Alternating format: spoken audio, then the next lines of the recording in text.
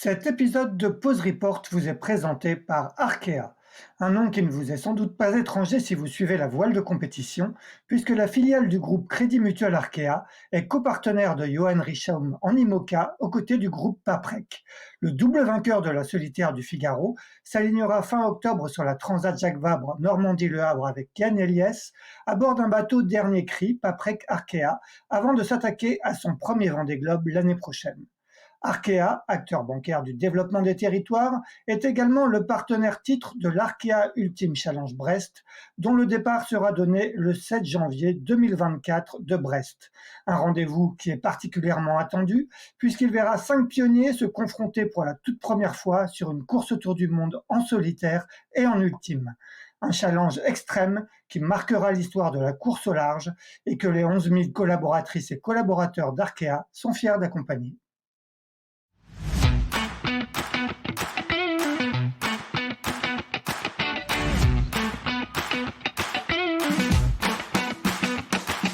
Bonjour, vous écoutez Pause Report, le podcast qui décrypte et analyse chaque semaine l'actualité de la voile de compétition. Pause Report est produit par Tip & Shaft, le média des professionnels et des passionnés de voile de compétition. Tip & Shaft, ce sont 2 newsletters hebdomadaires en français et en anglais, des podcasts, des formations, un studio de production de contenu, une plateforme de vidéos à la demande Sailors, ainsi qu'un festival du film que vous pouvez retrouver sur tipandshaft.com. Je suis Axel Capron et je vous souhaite la bienvenue dans Pause Report.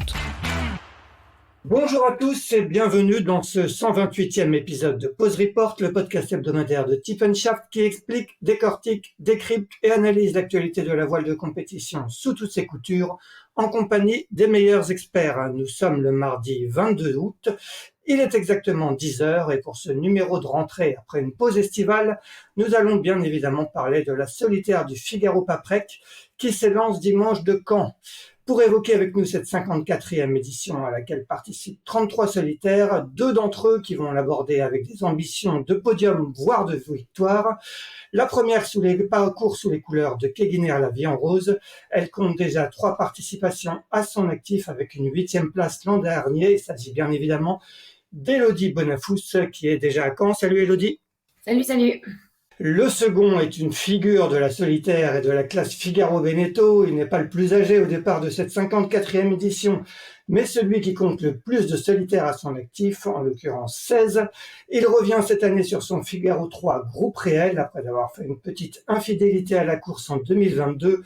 Vous l'aurez bien sûr reconnu, il s'agit du Cherbourgeois Alexis Loison qui est lui aussi déjà à Caen. Salut Alex. Hello à tous.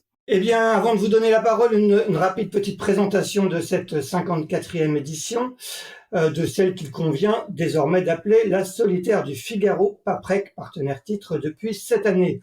33 marins sont au départ, un de moins que l'année dernière, parmi lesquels 6 étrangers, 11 bisus et 5 femmes. 3 grandes étapes sont au programme. La première de 610 000 renoue avec les destinations à l'étranger puisqu'elle s'élancera de Caen dimanche 27 août pour rallier Kinsale en Irlande via un passage par l'île de Wight et le phare du Fastnet. La seconde de 630 000 ira en Bretagne et plus précisément à Roscoff via l'île de Man entre l'Irlande et l'Écosse, départ prévu le dimanche 3 septembre. La troisième et dernière étape quittera la baie de Morlaix le dimanche 10 septembre pour là encore 630 000 et une double traversée du golfe de Gascogne jusqu'à Gijón au nord de l'Espagne avant une arrivée finale en Loire-Atlantique, plus précisément à Périac-sur-Mer. On rappelle que l'édition 2022 a été remportée par Tom Laperche devant Guillaume Pirouel, premier bisu, et Achille Nebou. Voilà pour cette présentation. Élodie, on va commencer avec toi. Tu disputes cette année ta 4e solitaire. Tu restes sur une progression régulière, 25e en 2020, 12e en 2021, 8e en 2022, avec un podium d'étape sur la dernière édition l'année dernière. Que gardes-tu un peu de cette solitaire 2022, Élodie ? Déjà des bons souvenirs parce que j'ai pris comme d'habitude autant de plaisir à courir sur cette solitaire du Figaro et ensuite des bons objectifs de valider parce que cette solitaire rentrait dans les clous d'objectifs que je m'étais fixés. Ça a validé des progressions sur la première année donc où je courais avec le groupe Keguiner. Et l'idée, c'est de vraiment bien les valider pour pouvoir augmenter un peu les objectifs de performance sur cette saison 2023. Ce podium d'étape, ça restera le grand moment de ta solitaire 2022? Ouais, ouais, tout à fait. J'ai même regardé les photos de l'arrivée pour me remémorer toutes ces bonnes ondes de l'arrivée à la fin. C'était pas un objectif pour moi sur la saison précédente de faire un podium sur une étape. Bon, forcément, je l'avais en tête, mais c'était pas quelque chose que je m'étais fixé comme critère de réussite. Et du coup, ça a vraiment bonifié la fin de saison et ça m'a donné même un peu de confiance pour commencer la saison suivante. Ouais, surtout que c'était, si je me rappelle, une étape assez dantesque au niveau des conditions, un peu une étape de bûcheron, comme on a l'habitude de dire. Ouais, on m'a surnommé un peu le petit poney depuis, en effet. Bon, Alexis, toi, tu n'étais pas sur la solitaire l'année dernière après 16 années consécutives en disputant cette course.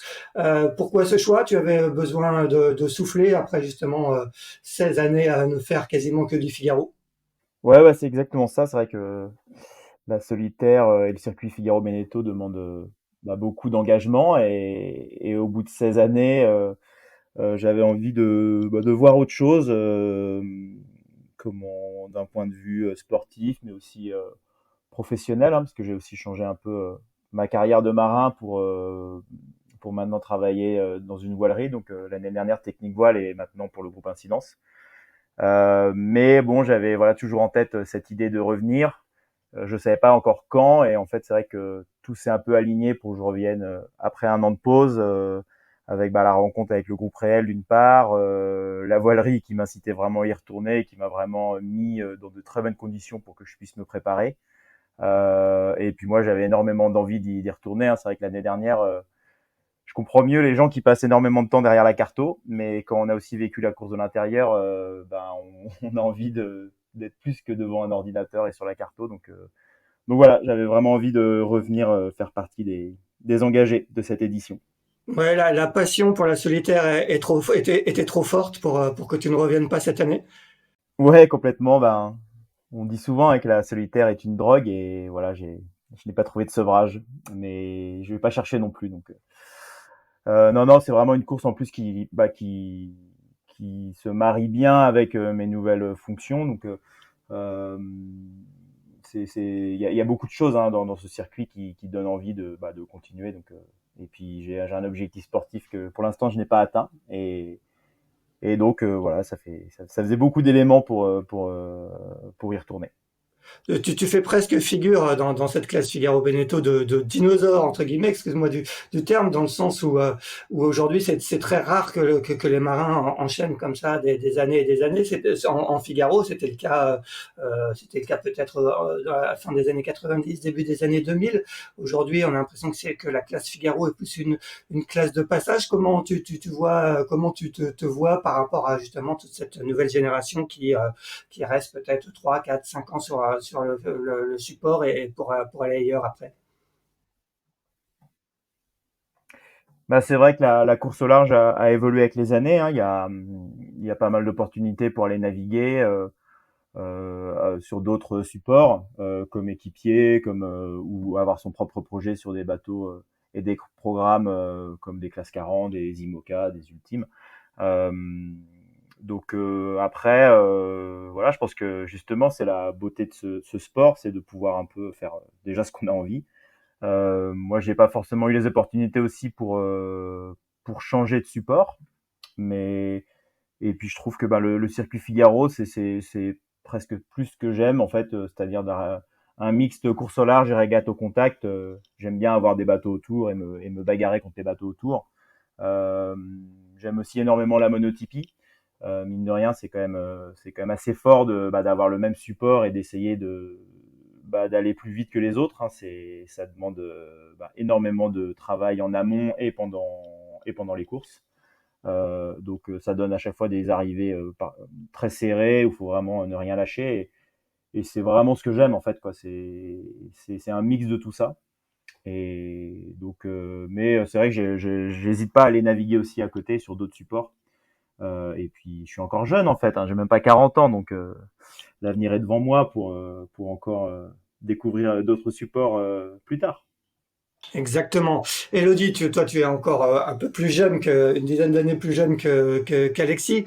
Est-ce que toi aussi tu considères que la solitaire, le circuit Figaro, c'est un peu comme une drogue? Une fois qu'on y a goûté, on a envie d'y revenir. On a envie d'y revenir. Et qu'est-ce que tu lui trouves de particulier à cette classe et à cette course en particulier? Je suis assez d'accord avec ce qu'a dit Alexis. Je pense que qu'on est là et qu'on aime les mêmes choses, on est des compétiteurs et justement ces formats de course qui sont très intenses par rapport justement au niveau de jeu qui est très élevé premièrement et le fait d'avoir des bateaux qui sont similaires, des parcours qui sont à la fois on pourrait se dire un peu courts mais quand même vachement longs pour ce qu'on fait parce que c'est un peu du sprint.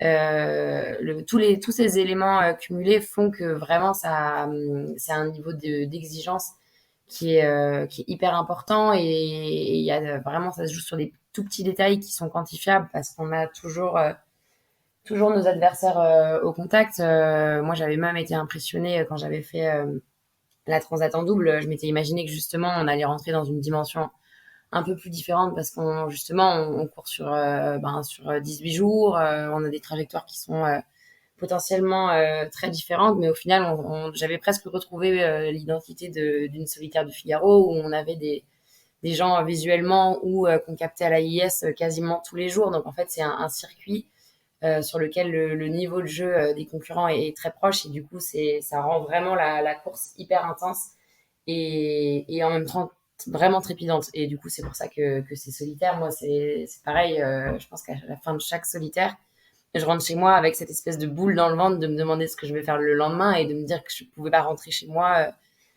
dans une maison et que j'avais besoin de retourner en mer. Le sevrage est difficile. Est-ce que tu te vois comme Alexis faire 17 solitaires? Bon, on sait pas trop de quoi demain est fait, mais moi, l'idée principale quand je suis venue naviguer sur le circuit Figaro, c'est un peu une classe de passage, mais pour moi, c'est pas vraiment on peut pas appeler ça du passage. J'avais pas envie de venir faire du Figaro pour voir ce que c'était. J'avais vraiment envie de venir faire du Figaro pour apprendre à être performante, pour être exigeante envers moi-même et vraiment aller chercher la précision et la performance. Et du coup, aller chercher des résultats sur ce circuit-là. Je trouve que c'est un passage presque obligatoire avant d'aller faire autre chose. Moi, mon rêve depuis que je suis petite, c'est le Vendée Globe. Donc, je voulais faire du Figaro avant, mais c'est pas vraiment que pour me préparer pour faire quelque chose d'autre après. Et la preuve, au final, on voit quand même souvent plein de marins qui ont fait du Figaro, qui ont été navigués sur d'autres projets, d'autres supports, mais qui reviennent. Donc, c'est pas vraiment quelque chose de passage. Je pense que c'est juste une classe très formatrice et qui anime un peu notre âme de compétiteur. Alexis, comment tu as monté un peu ton projet cette année? Tu le disais, hein, tu travailles chez Technique Voile, maintenant le groupe Incidence. Est-ce que tu as eu le temps de te préparer un peu pour cette solitaire et comment tu as réussi à monter, j'imagine, tu as dû monter un petit budget quand même pour arriver à te présenter dans les meilleures conditions au départ? Ouais, exactement. J'avais très vite repéré le bateau que je voulais parce que en fait, je l'avais acheté avec un copain l'année dernière, donc on l'avait loué à Robin Follin la saison passée. Et puis donc très vite, j'avais le bateau à dispo, donc j'ai pu remettre le bateau à l'eau pour faire la rentrée des classes au pôle Finistère de course au large où on s'entraîne tous les deux avec Elodie. Donc j'ai fait pas mal d'entraînements voilà au sein du pôle.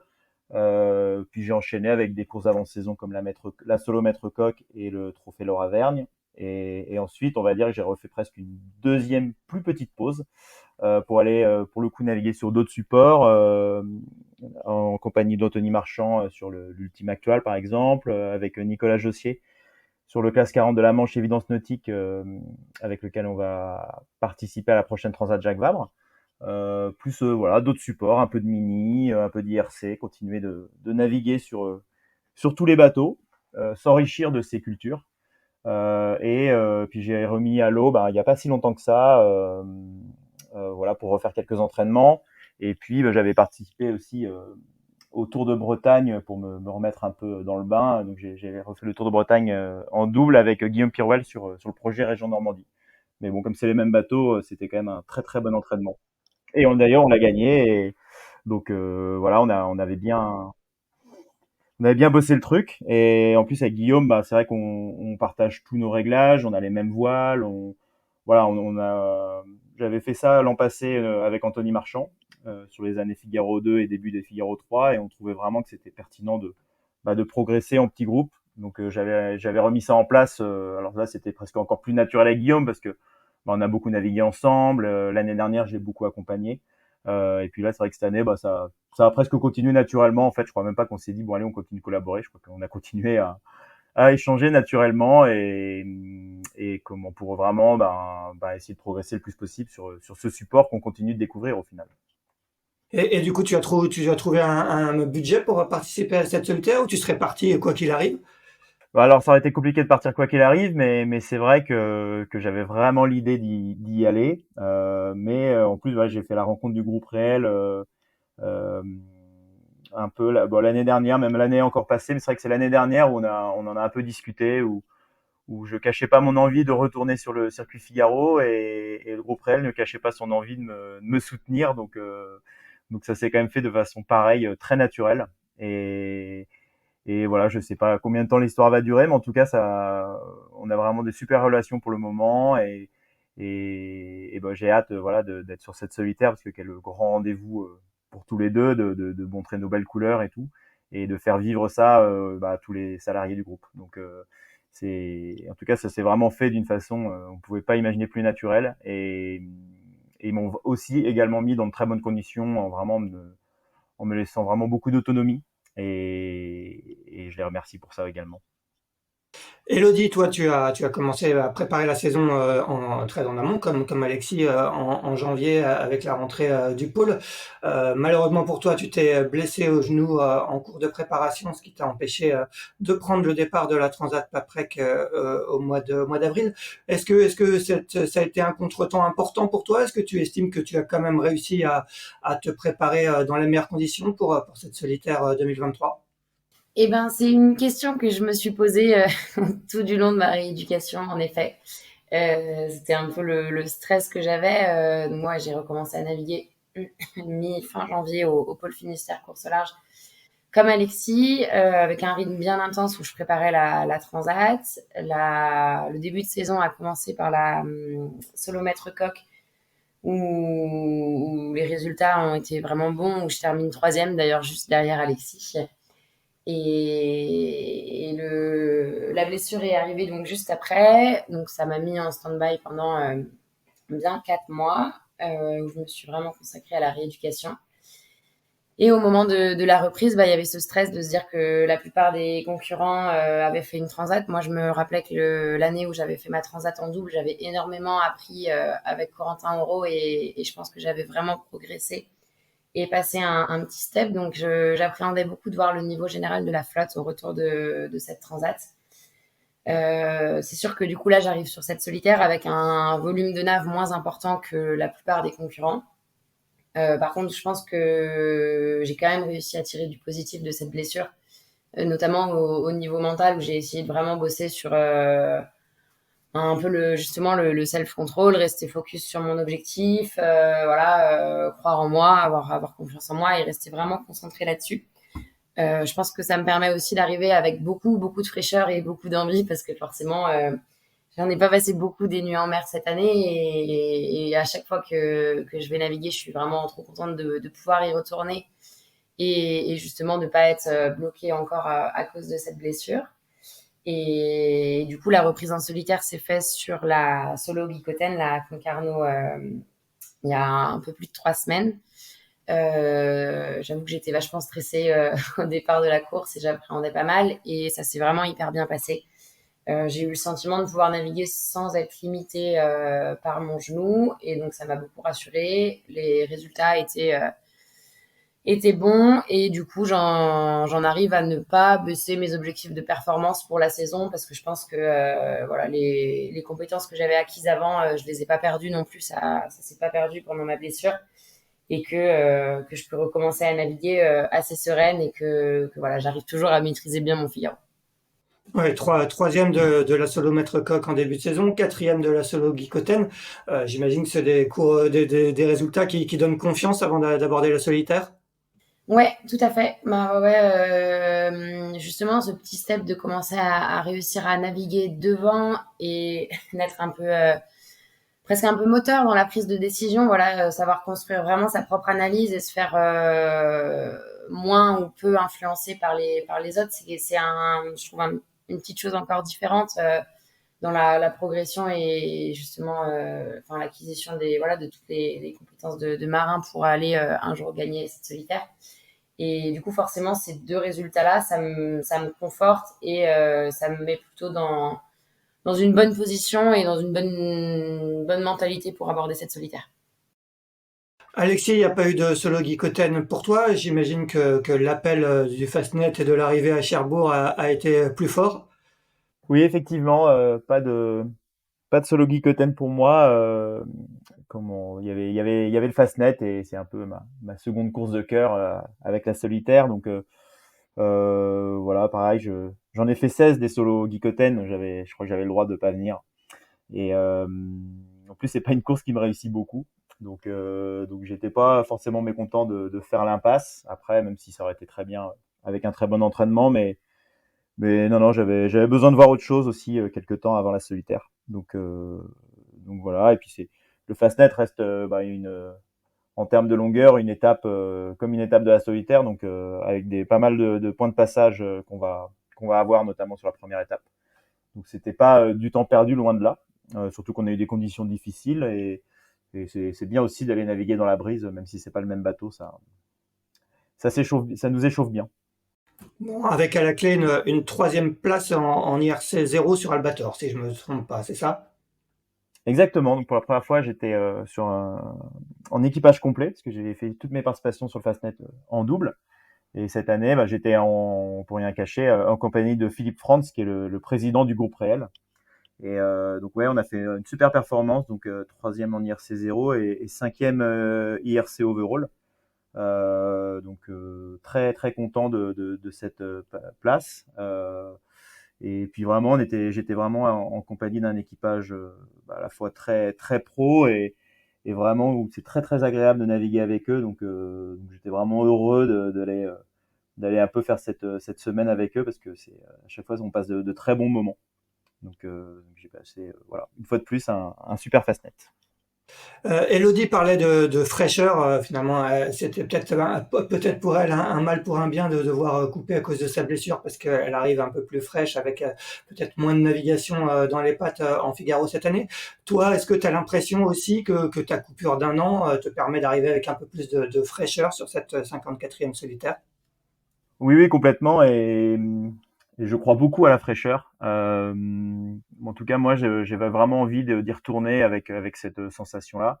Et je pense que c'est réussi quand voilà. Et Elodie parle de repasser des nuits en mer, que ça fait énormément de bien d'être sur un bateau. Bah, je ressens ça aussi hein, pendant le convoyage. Bah, c'était vraiment super de renaviguer sur le bateau et je me suis presque surpris en fait à l'arrivée du convoyage, à quelques heures après, à vouloir retourner naviguer en me disant tiens j'ai des petites choses à régler, je voudrais vérifier un peu mon réglage de mât et donc voilà j'avais à peine posé pied à terre à Cherbourg, je dis tiens je vais quand même aller me refaire 2 heures en plus quand même là où j'ai appris à naviguer, je trouvais que c'était assez fort je trouvais que c'était des bons signaux parce que je me suis dit là j'ai vraiment envie de naviguer donc j'ai les crocs et je pense que c'est ça le plus important quand on veut aborder une solitaire. Est-ce que tu as travaillé des choses en particulier pour cette 54e édition, des petits trucs pour essayer justement d'aller enfin décrocher ce podium derrière lequel tu cours depuis des années? Bah, j'essaye, hein, c'est sûr, de rien laisser au hasard. Et là, je trouve pareil, avoir, bah, voilà, m'être bien organisé pour. Bon, bien sûr, il y a la partie voile où je commence à avoir un bon regard et surtout, je suis très bien accompagné, hein, que ce soit avec les conseils de Fred Dutil et puis de toute l'équipe du plancher de la voilerie à Trinité-sur-Mer.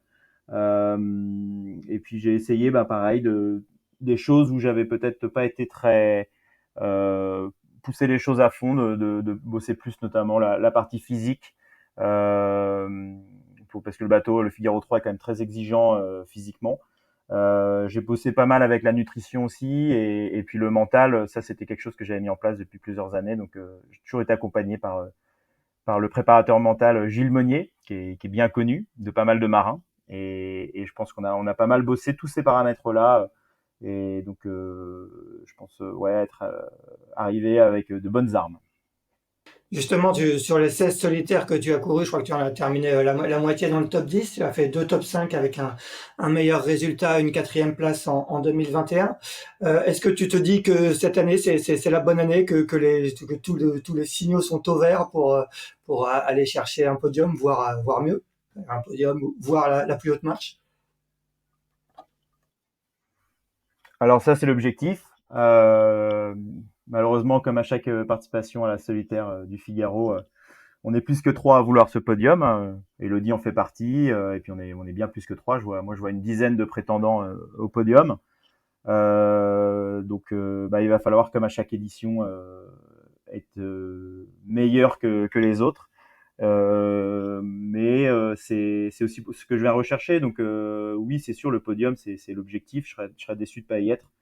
Donc, je ferai tout pour y être.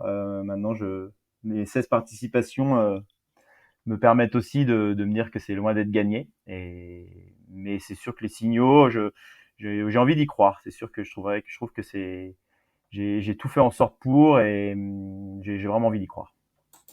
Elodie, est-ce que toi aussi tu as envie d'y croire à ce podium? Est-ce que tu te sens aujourd'hui armé pour aller batailler avec les meilleurs et aller jouer des victoires d'étape et un podium au général? Ouais, tout à fait. Je pense que j'en suis capable. Après, je suis d'accord, comme dit Alexis, on est, je pense, une dizaine à pouvoir y prétendre, même si certains ont un peu plus d'expérience. Le jeu de la solitaire se joue tellement à pas grand-chose que voilà, il y a tout peut se faire. Donc c'est ce qui rend justement la course encore plus trépidante. Là, voilà, si ça avait été écrit et qu'il y avait des favoris vraiment qui ressortaient beaucoup plus, ce serait presque moins drôle. Et donc moi là, l'objectif c'est donc, comme d'habitude de faire mieux que l'année dernière. Donc un objectif réussi, ça serait de rentrer dans le top 5, de valider des podiums sur des étapes pour réitérer la dernière étape de la saison dernière, donc la solitaire de l'année dernière. Ce serait un objectif aussi. Et monter sur le podium général de la solitaire, ça serait on va dire l'objectif vraiment, vraiment réussi, et une belle surprise de fin de saison. Et je pense que j'en ai les capacités, ouais. Souvent, Elodie, le vainqueur est celui qui a un petit truc en plus. On l'a vu avec Pierre Quiroga en 2021. Bon, l'année dernière, Tom Laperche était le grand favori, il a gagné. Un petit truc en plus, notamment au niveau stratégie, peut-être parfois réussir à faire des petits décalages qui font la différence. Est-ce que tu as travaillé là-dessus? Est-ce que tu te dis que niveau stratégie, il faut peut-être être un peu moins figariste, entre guillemets, et tenter peut-être des petits coups, ce que tu as peut-être moins tendance à faire jusqu'ici? Je pense que la clé, entre guillemets, de la réussite, c'est de savoir bien mesurer et quantifier les moments où on a des certitudes stratégiques et on peut passer un peu en mode attaque. Et au contraire aussi, bien savoir quand la prise de risque est importante et qu'on a peu ou pas assez de certitude, du moins.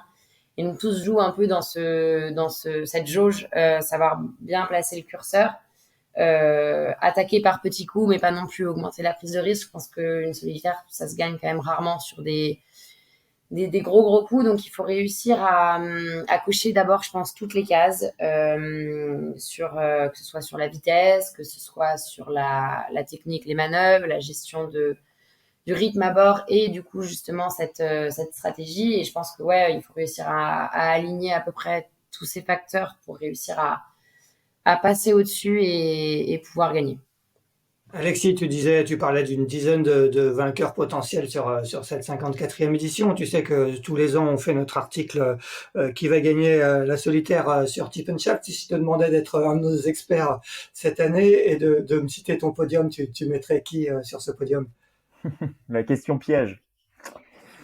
Écoute, je me vois bien aller sur le podium, et j'aurais bien vu Guillaume Pirouel, pour avoir navigué avec lui.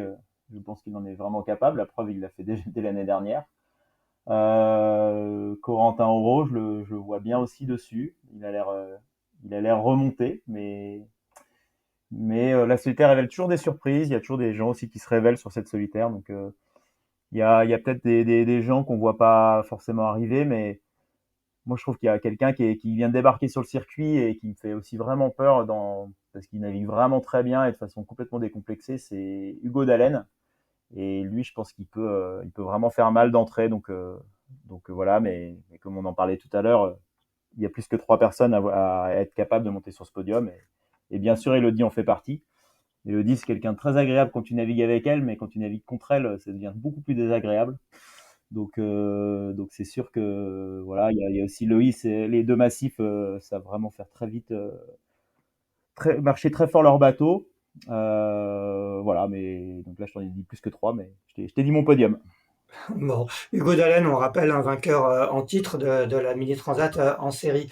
Elodie, toi, si je devais te demander ton podium d'experte sur cette solitaire. Pareil, question pas facile, mais je suis assez d'accord avec les réponses d'Alexis. Je pense que s'il y a deux personnes que je mets peut-être un peu au-dessus, ce serait Guillaume et Alexis, où je les sens plutôt bien. Corentin Auro, en fait, c'est des personnes qui ont peut-être un peu l'expérience en plus pour avoir la petite stabilité qu'il faut pour que ça marche bien. Mais il y a aussi plein d'autres personnes qui sont presque un peu outsider, pas attendu, dans lequel, enfin pas attendu, un tout petit peu moins attendu, dans lequel moi je me comprends et pouvant faire la surprise. Il y a aussi Basile Brognon, je trouve, qui navigue avec pas mal de fraîcheur et de légèreté et qui navigue très bien, qui nous a fait une belle saison et qui est assez impressionnant au pôle Finistère. Donc, en effet, on est une bonne grosse dizaine à pouvoir justement créer la surprise et détrôner les favoris pour le podium. Alexis, on parlait de Guillaume Piruel, hein, qui a fait deuxième au général, premier pour sa première solitaire l'année dernière. Tu as largement contribué à le former, à lui donner un peu tous tes tips du Figaro 3. Est-ce que t'as pas peur finalement d'avoir pas engendré un monstre, mais formé celui qui peut potentiellement te priver de victoire sur la solitaire? Ah si si, c'est un petit monstre, mais je crois qu'il était déjà créé avant, avant que je le rencontre. Il y a qu'à voir son parcours, hein. Son parcours, il est digne des grands noms de la course au large, que ce soit même déjà en dériveur. Je crois qu'il est champion du monde de 4-7, il est double champion de France d'optimiste. Voilà, faut regarder un peu les autres qui ont ce parcours-là. Il y en a pas beaucoup. Euh, puis c'est quelqu'un dans son attitude, c'est vrai qu'il remplit un peu toutes les cases. Il est ultra bosseur. C'est quelqu'un de malin qui veut tout de suite comprendre. Moi, ce qui m'avait bluffé le plus avec Guillaume quand on s'est mis à naviguer ensemble, c'est que au début on fait tous des bêtises, mais Guillaume il n'a jamais fait 2 fois la même bêtise. Donc il savait exactement comment aborder toutes les paramètres de la course au large. Et j'ai été tout sauf surpris quand il nous a fait cette démonstration sur la saison dernière. Et là, c'est sûr qu'il a l'air très en forme et il va être, il n'y a pas d'autre mot, il va être chiant pendant toute cette solitaire. Mais en même temps, on peut pas lui en reprocher d'avoir aussi bien préparé cette saison. Un petit mot sur le parcours de cette 54e édition que j'ai détaillé en entrée, un peu plus de 2800 milles sur 3 grandes étapes. Alexis, toi, tu as fait beaucoup de solitaires, tu as été un peu dans tous les coins que peut proposer cette course. Est-ce que ce parcours te plaît avec ces 3 grandes étapes? Ah ouais, ouais, il me plaît bien. Bon, moi, je suis un vieux, j'aime pas beaucoup le changement, donc je voulais 4 étapes. Mais écoute, là déjà, on a trois belles étapes de montagne. Euh, et je pense qu'il va se passer énormément de choses. Et effectivement, c'est des coins que je connais bien, quasi dans la totalité. Après, c'est toujours aussi piégeux, la météo est jamais la même, donc il y avait des fois des moments où ça passe, des fois des moments où ça passe pas. Faut pas se faire aveugler par tiens, il y a 3 ans c'était passé comme ça, donc je vais y aller les yeux fermés. Euh, En tout cas, ça promet un gros gros rythme avec pas mal, je pense aussi de retournements de situation, des moments où il faudra prendre ses décisions très tôt et où on aura la réponse très tard. Il y a pas mal de tronçons comme ça. Et puis, il y a cet inconnu là dans l'étape 2. Est-ce qu'on va aller à l'île de Man? Moi, j'aimerais vraiment beaucoup parce que je crois là vraiment que personne sur la flotte n'y est allé. Et ça donne vraiment envie d'y aller, quoi, parce que donc j'espère vraiment qu'on va y aller. Ouais, carrément. Mais c'est vrai que j'arrive même pas à choisir une étape parmi les trois tellement elles me paraissent tout aussi belles et ça va faire un super parcours. Effectivement, l'île de Man, c'est un peu l'Arlésienne de la course au large. Souvent, des courses prévoient un passage par l'île de Man et soit les conditions sont trop musclées en mer d'Irlande, soit au contraire, il y a pétrole et on y va rarement. Est-ce que toi qui as connu les étapes à l'étranger, est-ce que j'imagine que tu es quand même content de renouer avec le charme des escales étrangères, en l'occurrence en Irlande à Kinsale? Ah ouais, bien sûr. En plus, Kinsale, c'est une super destination. La dernière année, c'était en 2019. Il y avait eu des écarts monstres. Moi, je faisais partie des bateaux qui avaient pris énormément de retard et donc on était quand même arrivé avec le moral dans les chaussettes. Et je me rappelle vraiment que Marcus Hutchinson, qui est de là-bas, avec sa femme, nous avait vraiment accueillis et on avait vraiment vécu un super accueil. Et au final, ils nous avaient vraiment vite fait oublier notre déception. Et j'ai vraiment hâte de retourner là-bas parce que c'est un coin. L'Irlande, c'est quand même un pays magnifique et c'est vraiment l'étape à Kinsale, elle vaut le coup d'œil. Ouais. Effectivement, étape, si je me souviens bien, qui avait été gagnée par Johan Richomme devant Tom Laperche qui disputait sa première solitaire. Elodie, est-ce que toi aussi tu es sensible un peu à cette dimension voyage ou est-ce que quand on est figariste et qu'on ne pense qu'à la compétition, on ne pense d'abord qu'à bien réussir son étape? Ouais, je t'avoue que je pense d'abord en priorité fortement à réussir mon étape, mais moi j'aime bien le changement, j'aime bien la nouveauté. Je suis hyper contente d'aller à Kinsale parce que j'en ai beaucoup entendu parler. Et je me rappelle aussi beaucoup de justement cette étape de la solitaire en 2019 où moi à ce moment-là je faisais pas encore de Figaro. Pour tout te dire, je travaillais dans un EHPAD, j'étais derrière un bureau sous ma lumière, sous mes néons blancs, tu vois, et que je regardais la cartographie et que j'avais été impressionnée par Tom à l'arrivée à Kinsale et ça m'avait vraiment donné trop envie. Donc symboliquement, je suis contente d'enfin pouvoir aller là-bas et pouvoir goûter à cette dimension de la solitaire. Ensuite, aller à l'île de Man, personne n'y est encore allé en effet, donc je serais ravie que qu'on puisse faire le tour plus au nord que ce qu'on fait jusqu'à maintenant. Et ensuite, le petit plus, c'est qu'on descend quand même à Roscoff, en baie de Morlaix. Moi, je suis originaire de la baie de Morlaix. C'est là où j'ai commencé à naviguer en optimisme. Donc, je suis plutôt très contente de venir faire un petit tour par là-bas. Et après, pour finir la dernière étape, on se fait 2 fois le golfe de Gascogne. Et c'était l'étape qui m'avait réussi l'année dernière. Bon, c'était s'il y a du fort vent de sud-ouest pour cette étape-là pour remonter, je pense que je serais assez contente. Bon. Donc voilà, dans l'idée générale, ça va être une belle solitaire. Bon, on est à 5 jours du départ, donc un petit peu loin encore. Est-ce que tu as déjà une première indication de ce qui va vous attendre sur cette première étape? Est-ce que tu commences déjà à regarder?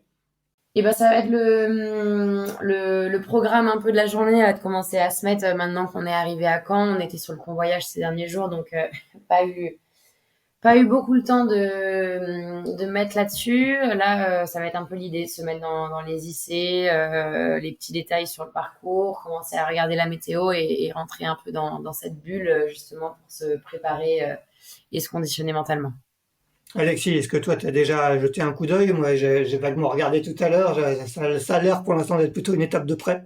Ouais, je serais pas surpris effectivement qu'on aille en Irlande au près, c'est souvent le cas. Maintenant, j'ai pas encore vraiment regardé parce que j'ai l'habitude d'attendre J-4 pour regarder parce qu'avant souvent les fichiers sont quand même très divergents. Par contre, oui, effectivement, aujourd'hui, c'est le programme, c'est relire une dernière fois les IC.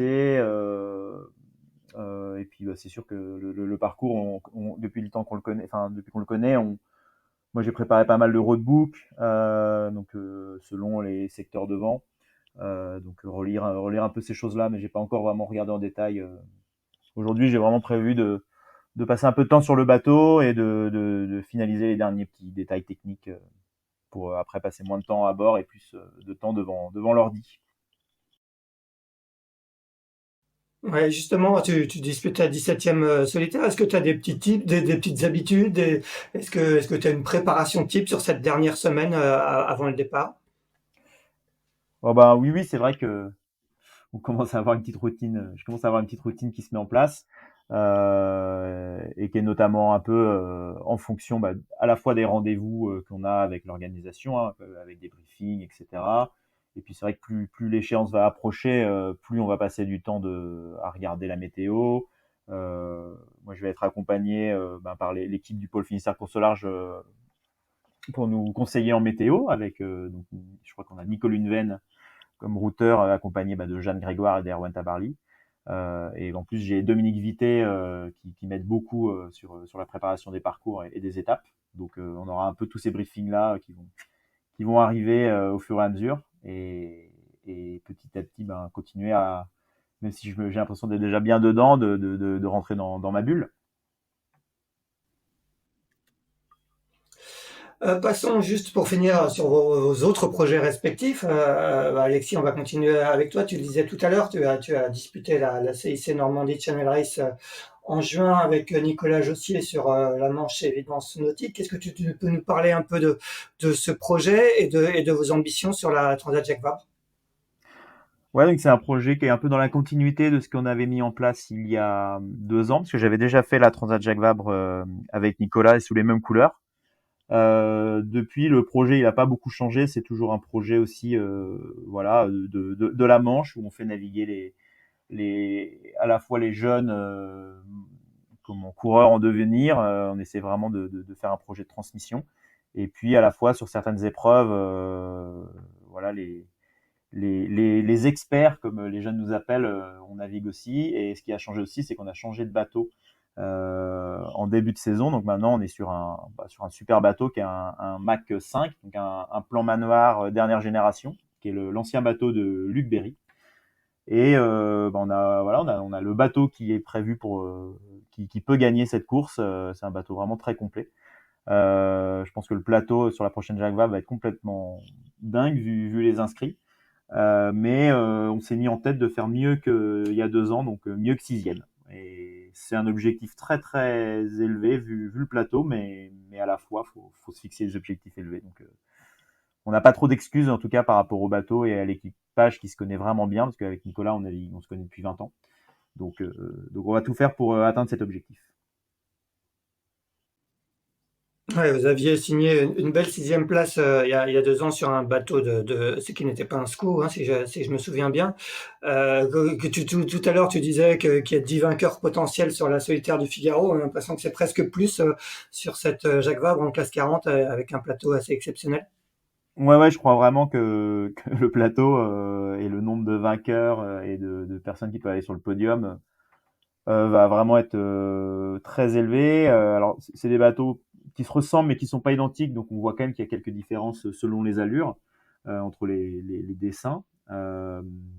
Mais dans tous les cas, voilà, je pense que nous, on a un bateau très polyvalent.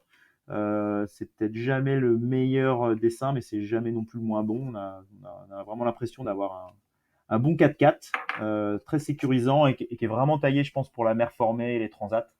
Donc, on a vu, hein, c'est un sister ship du bateau de Alberto Bona et de Pablo Santurde. Et ils ont vraiment l'air de bien s'en servir. Donc, on est assez rassuré sur le potentiel de notre bateau. Mais c'est sûr que ça va être. Moi, cette année, ouais, j'aurai vraiment 2 grosses épreuves, donc la solitaire et la Transat Jacques Vabre, et à chaque fois avec un super plateau. Mais c'est aussi ce que je viens rechercher, c'est des courses de haut niveau, c'est ça qui est vraiment le plus stimulant. Et est-ce que, pour finir, est-ce que tu as déjà une idée de ce que tu feras en 2024? Est-ce qu'il y a déjà des courses au programme? Ou est-ce que tu vas réintégrer tranquillement la voilerie technique voile et continuer à bosser avec eux, j'imagine aussi? Ouais, ouais, donc c'est vraiment prévu. Je continue avec le groupe Incidence. Maintenant, on s'était mis vraiment d'accord dès le début sur le fait que je pouvais et je devais continuer à naviguer. Donc va falloir qu'on en discute tous ensemble. Va falloir qu'on en discute aussi avec le groupe réel. Pour l'instant, c'est vrai qu'il y a vraiment rien de décidé.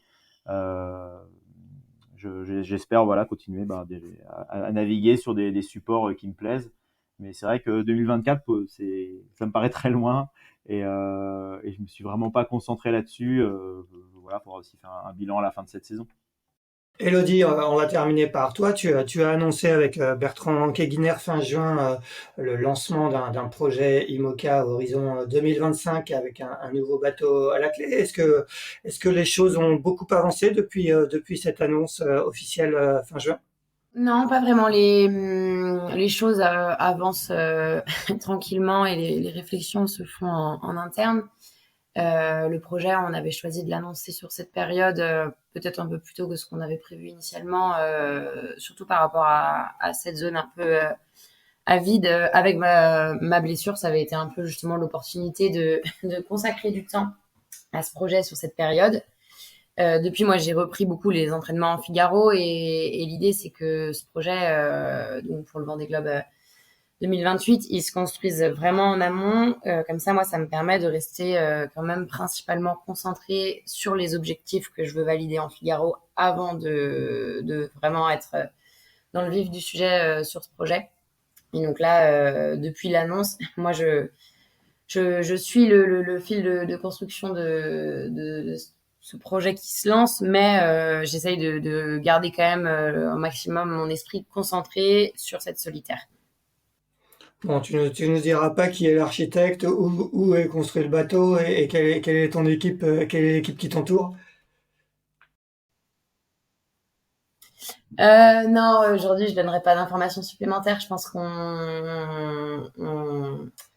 donnera des infos un peu supplémentaires justement quand la solitaire va se terminer et où on va refaire justement un bon point parce que l'idée, ça va être de bien avancer sur tous ces sujets et ces questions cet hiver. Donc, je pense qu'il y aura des news assez rapidement après la fin de la solitaire. Est-ce que quelque part c'est rassurant entre guillemets de savoir que derrière tes années Figaro, parce que je pense que tu vas encore faire une année, c'est ce que tu as dit en tout cas, en Figaro l'année prochaine, est-ce que quelque part c'est rassurant de savoir que derrière on a ce projet qui nous attend? Ouais, complètement. On m'a beaucoup posé la question de savoir si justement ça met une pression supplémentaire de savoir qu'on a un gros projet sur la suite quand même derrière et de se dire, bah, si on marche pas et qu'on finit un peu sur les choux, bah, sur la solitaire ou sur une course, bah voilà, de la question de même de se sentir légitime face à ce projet. Moi, j'ai connaissance de ce projet depuis la solitaire l'année dernière et j'ai pas l'impression que ça m'ait impacté négativement sur mes performances depuis. Je pense qu'au contraire, je suis quelqu'un qui apprécie vraiment la confiance que j'ai justement avec mes partenaires, de savoir que je peux me projeter et que j'ai pas le stress de savoir de quoi va se faire l'année suivante. Là, moi, je sais que l'année prochaine, je continue en Figaro en visant une victoire sur la solitaire l'année prochaine. Et du coup, ça me permet de construire vraiment méthodiquement mes objectifs et mon évolution sportive. Alexis, pour finir, quand tu vois ce projet, ce futur projet d'Elodie de Vendée Globe 2028, ça donne envie? Est-ce que toi aussi, ça reste dans un coin de la tête, un Vendée Globe? Ouais, bien sûr, ça donne vraiment envie. On voit que le Vendée Globe est un peu devenu un espèce, enfin, en tout cas sur la dernière édition, je l'avais comparé un peu à ça, une espèce de Figaro planétaire. Donc c'est sûr que ça donne vraiment envie. C'est à la fois des projets qui donnent le vertige mais à la fois j'ai l'impression que tous les marins arrivent à chacun à faire des projets en fonction un peu de leurs ambitions et de leur vision de ce tour du monde. Et c'est vrai que c'est quelque chose que je regarde de plus en plus pour quand même aller faire la boucle. Donc non, ça fait partie des projets, voilà, un peu lointains peut-être, mais ça donne vraiment très, très envie, ouais, ça c'est clair. Bon, pourquoi pas vous retrouver tous les deux en 2028 au départ des Sables d'Olonne. Merci en tout cas à tous les deux d'avoir pris le temps de répondre à mon invitation et de avoir livré vos impressions avant le départ de cette 54e édition dimanche de Caen. On vous souhaite une bonne préparation, des bonnes routines à régler cette semaine avec une météo à étudier de près et on vous souhaite surtout une bonne solitaire. Quant à nous, on se retrouve mardi prochain pour un 129e épisode de Pause Report. Merci à tous les deux, bonne journée. Merci beaucoup. Merci beaucoup. Bonne journée.